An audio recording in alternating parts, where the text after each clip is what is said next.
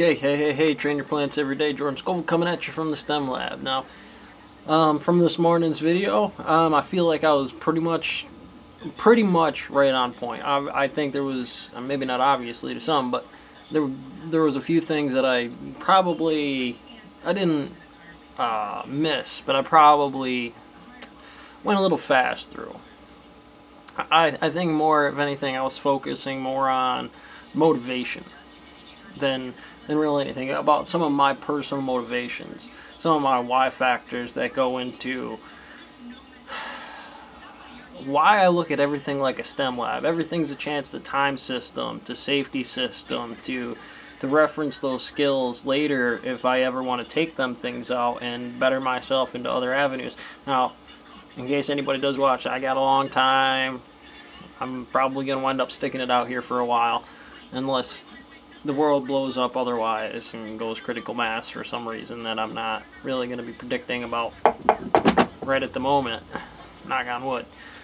But that was pretty good. Their safety officer, Doreen, she's a great lady. Covers the right material. I had a really good chance to ask her, what kind of skills she had, what kind of training she's had. It's nice to know that, the kind of I've been in some places where the safety officers that come in, they really don't know the machineries at the place. They don't care. They look at some of the dust systems. I've been at one place in particular where it's like all you're doing is breathing in abrasive grit, from, I'm not going to name the place, but nasty, hardcore, way out of line, kind of systems.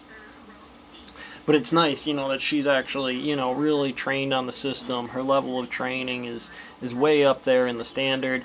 There was obviously probably a few questions that I could have asked a little bit more specifically, but I didn't want to delve into it. I think she's good. I think she does a great job. One of the best signs of a good officer is that they'll cite you. Is that there's records of cites, that there's records of not fines, but other aspects of what they do, and that's proof that they're doing what they do. And I think I said in my other video this morning, they usually do it to fix your system. It's not because it's got to be this way for this company. When you get those kind of certifications outside of a place, it's one thing, when a place certifies you to be that kind of officer, you got to watch out. That it's nice when they get outside training and that they respect those outside law trainings and things like that, and they bring it in, because you can always rely on that kind of an officer. You may not always like them, it's seatbelts and all kinds of other crazy that can get in the way sometimes, and I don't mean just them citing you for it. Look, that company catches fines. OSHA doesn't need to be right there. They can watch that place from a mile away and be like, oh, well, that person with binoculars be like, oh, that person's not wearing a seatbelt. That's a $500 fine. And that company eats that, and you wonder why you have more safety meetings. You wonder why that's, and for the most of the common guys, I think a lot of that, it's worse to sit up there in that office. I know it's getting paid to sit around and just watch videos, and when you're a grinder, you want to be grinding, and you want to be going, and just kind of sitting there in that office is enough to drive you crazy, but you got to. And all of those other things that can kind of go along with that way of thinking about it. I'm sure if there's anybody listening to this and you've done any of this before, you know what I'm talking about. So this is nothing new, and if you're anybody from the crew, look, this should have been right out of the handbook that, a lot of this is being said to do. There was a lot of the covering the equipment before you get on it to teach you a few of those things. Really, the big ones are their biggest, most dangerous systems. Now they got a couple of them, and again, I'm not going to get into it for legal reasons. I signed a contract when I worked at when I signed on to the place, so I'm not going to get into too many details. But obviously, fork trucks are one of them. It just gives you, the daily checklist system, stuff that, even if you're not required to do the checklists for any of the forklifts or anything like that, things you should be aware of, things that you should feel comfortable about bringing up. This is not kind of stuff that, you let pass by because the company's this, that, or the other. Look, the company will keep running. You do it at half speed because the place isn't running right. With two guys lifting rock because that's the way it is. Well, that machine's getting fixed, and until it's fixed, it doesn't run, and that's just the way it is. You get paid the same. That's on the company's end. And I don't mean to say that to be disrespectful. I always try to maintain that managerial safety kind of conversation above being just a regular grinder. Just, I don't care anymore. Fuck it. Kind of an attitude about it. There's something, a sweet zone right in the middle somewheres of that you play with the company. It's a very good dynamic. It'll just be done. And usually if you're running better checklists and you have better equipment and you've been doing good time management and productivity, you're going to have the money on the back end, and just to build the company, that's all going to be there, because you can tell when there's a good owner or a good business person in the game like that, because it just works. There's that equipment there. When one goes down, you have a replacement in there. There's extras. It's not just right there at the line, and you got to hold that line. There's a little bit of squishy zone in there on that part of it. Now, again, the line is the line. You got to stay productive. You got to stay motivated. You got to stay fresh, as much as you can get too compliant with a job. It's nice to be able to bring in other aspects, and that's where I bring in a lot of the motivational aspects of it. When you're motivated, you're not going to be daydreaming. When you're not daydreaming, you're going to be way safer, because you're thinking about a manager.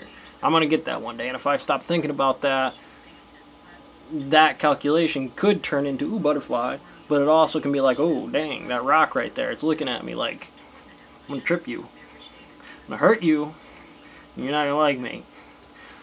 And it's going to keep you a little bit right, or at least that's the way I like to look at it. It's a little trick that I bring to the game. Now, obviously, it doesn't have googly eyes. Mud gremlins will just pull you under. Our generals out there actually talking to you, but they're there, squeaky saw going, hit the button, Just that training plays off, and you pick up on it and you remember it, and those are as much not only training, but the way you train yourself. Those are those systems, those quantum laws that you bring into this game. Here, there's obviously OSHA laws, and they're the big generals to the system. Here's the forklift, here's your triangle of stability, and you stay within that. And then you got these other products. And you got this weird system where the shop is designed in a certain way that when I hit products like that, just by generally tape measure, it's this wide, this long.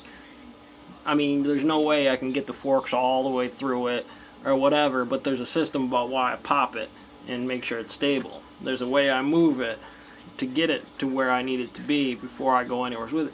And you can make that just as fast as any kind of system is, or just kind of being a jackass, and then you drop it and break it. One, yeah, I'm not going to lie to you, because I'm not a safety officer, but I'm not going to lie to you and tell you sometimes it's not faster to do it in the middle zone. But the chances on the golden ratio mathematically that you're going to crash something, that you're going to break something, that you're going to hurt somebody, that you're going to break the machinery, and lose time on the back end, that didn't happen, that percentageably on the ratio of physics, talking real physics about how unstable something is, how breaking the equipment, just being wear and tear on that machine, go way up. And it's like understanding dark matter. It's being a general relativity. You can see through some of those calculations more efficiently. And that's why this was that perfect, model of it. It looks good. It's productive. At you and everything around you is safe. The product is safe. And it just stays more efficient to that standard.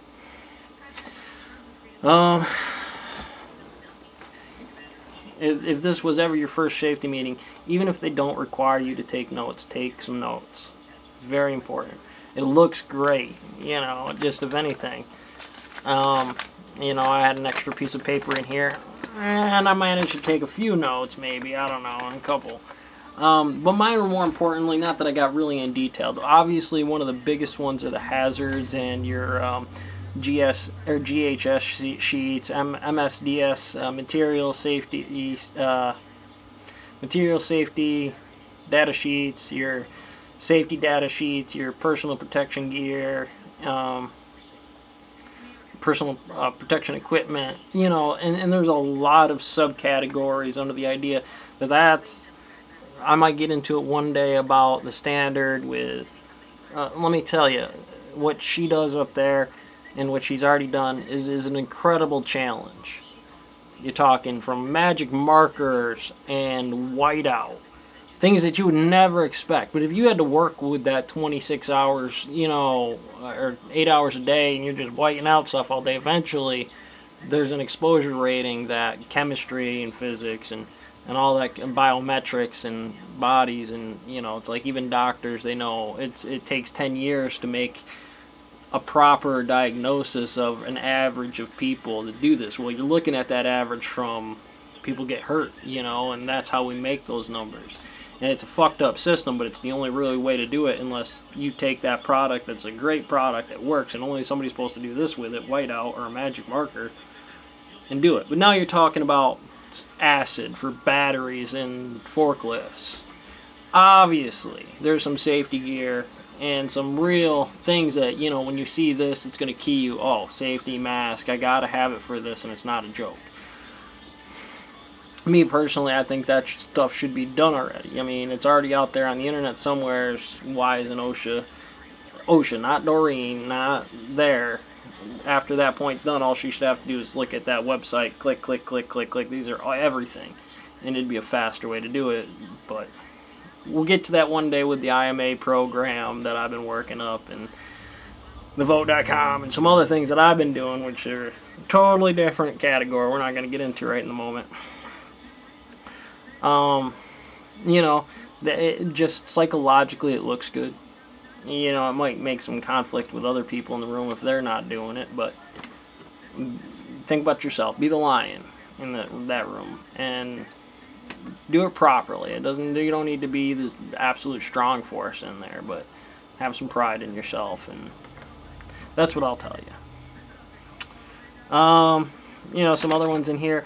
I covered a lot of the material, the headings, because for me personally, I asked the question, and this is where things get a little bit weird. Why aren't they done at site, thermal, right there in front of you? You got a torch, you got a system. What you need to do is do the military model. And they told me they had actually had somebody try to do this. And a lot like these videos with motivation and safety, you got to stay within those categories. You got to make a, how did I say this here? Play. Play was the word. Plan the layout of the A mechanics and the Y factors. Because the Y factors in play are going to throw you all off. When I look at torching, there's confined spaces behind it, there's tripping hazards, there's burn hazards, there's safety protection, and you could cover all of that in one shot. But it's important to do every terminal in a place. And I just think that's OSHA. It's a direct physics in a place. It's proper training. You get all that to some degree at a place, and you need an officer to do that. And they're required by law to choose a few videos in there, but it's like, well, I'm here for mining, but I'm in a dock. I'm not quarrying. But the safety standards for falling, tripping, and things like that will be tying off on harnesses and things like that, which later you might need to do in case you need to fix roof panels or whatever else at some point in time, and that equipment's there, very important. But you could do the same thing with the proper conversation, the proper quantum mechanics, the proper quantum gravity, not only to the process, but trip hazards, slip hazards, protection gear, specific protection gears. Hey, please don't do that. All those kinds of things. I'm getting the dogs all riled up. I use the military. You can get GoPro.